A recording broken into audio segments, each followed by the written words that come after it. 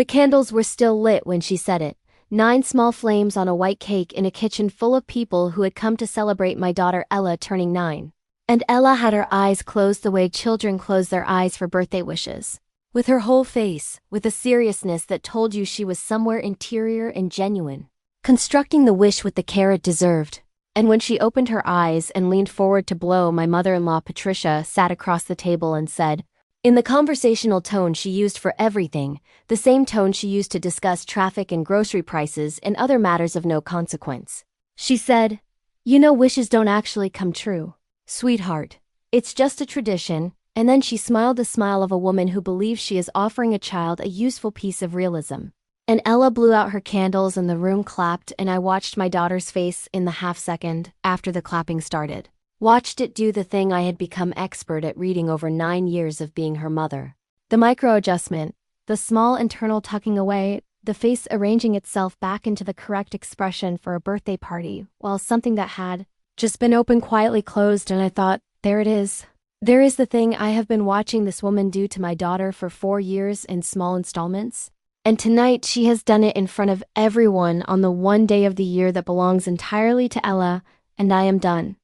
My name is Megan, and I have to tell you about Patricia before I tell you what I did, because Patricia is not a simple person and simple people do not require this much explaining. Patricia is a woman of 71 who raised 3 children largely alone after her husband left when my husband, Daniel, was 6 years old, who worked 2 jobs for years and kept her family housed and fed through circumstances that would have broken people with more support than she had, who loves Daniel with a fierceness that I respected before I understood its cost.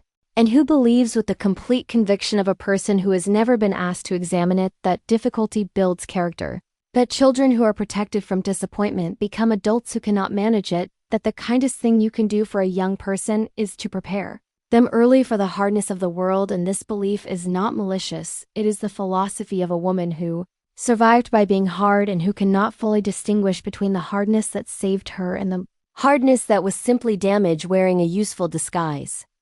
Ella is my youngest, my only daughter. Her brothers are 12 and 15, and they are different creatures who absorb Patricia differently, who have a thickness of skin that Ella has not developed, and may never develop, because Ella is built the way I was built at her age, feeling forward, open, the kind of child who approaches the world with her whole self rather than a protected portion of it. And this quality in her is the thing I love most, and the thing that makes me most afraid. Because I know from the inside what it costs to be that kind of person in a world that does not always know how to handle it. I know because I was that child, and I spent years being managed and minimized and told in various ways that the volume of my feeling was the problem rather than the inadequacy of the container. And I have spent Ella's entire life trying to make myself a container large enough that she never has to turn herself down. Patricia had been making small adjustments to Ella since Ella was 5, the age at which Ella became interesting enough to require managing in Patricia's view. Before 5 she had been indulged as small children are indulged, and after 5 the project of toughening began. The comments about how Ella was too sensitive, the observations delivered as helpful information that certain things Ella wanted were unlikely, expensive, impractical, the rhetorical questions about whether Ella really needed to cry about something that seemed so small, and I had addressed each of these individually and gotten each time a version of the same response from Patricia, which was, Megan, I am trying to help her. The world is not going to be gentle with her. I am doing her a favor. And from Daniel, a version of the response that was, Mom means well. She did this to all of us. It made us stronger. She doesn't understand she doing anything wrong. And I had weighed these responses against the impact I was watching in my daughter and found them increasingly insufficient, and said so increasingly directly. And Patricia had heard my increasing directness and responded to it by becoming more careful in her delivery without becoming more careful in her content, had learned to wrap the same messages in softer packaging while the messages remained identical. And I had watched this adaptation with the specific exhaustion of a person who keeps addressing the symptom because the disease is not something anyone in the room will name. The birthday wish comment broke something open in me that the previous 4 years of smaller things had been gradually wearing through. And what broke open was not anger exactly. Anger would have been simpler and more manageable. What broke open was a clarity, a sudden and complete understanding that I had been hoping Patricia would change, and she was not going to change.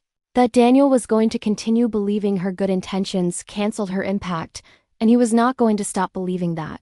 Patricia and I spoke again in January, and the conversation was different from the December one. Something had shifted in it. Some defensiveness had tired itself out, and Patricia said, "I have been thinking about what you said," and I let her think out loud for a while, and what she thought her way to was something imperfect and genuine, which was that she had confused preparing Ella for difficulty with causing it, and that she could see now that there was a difference. And I said, "Yes, there is a very large difference." And she said, "I don't always know how to be with her.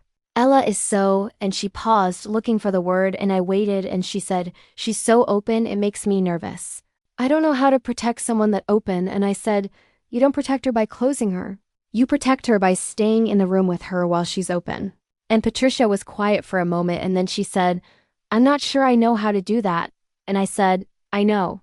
But I think you could learn," and I meant it, which surprised me a little. I think you could little. The sincerity of it.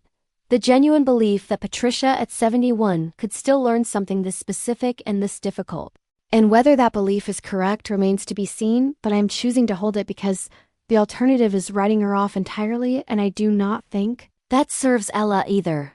I think Ella watching the adults in her life try, imperfectly and genuinely, to do better is its own kind of teaching, its own kind of protection. Its own small proof that people can hear hard things and not collapse under them, which is exactly what I am hoping my daughter will grow up to know how to do, because she is going to need it. Open as she is, feeling forward as she is. All of herself present and accounted for in every room she enters, which is not a problem to be solved, but a person to be cherished. And I'm going to spend as long as it takes making sure that everyone in her life understands the difference.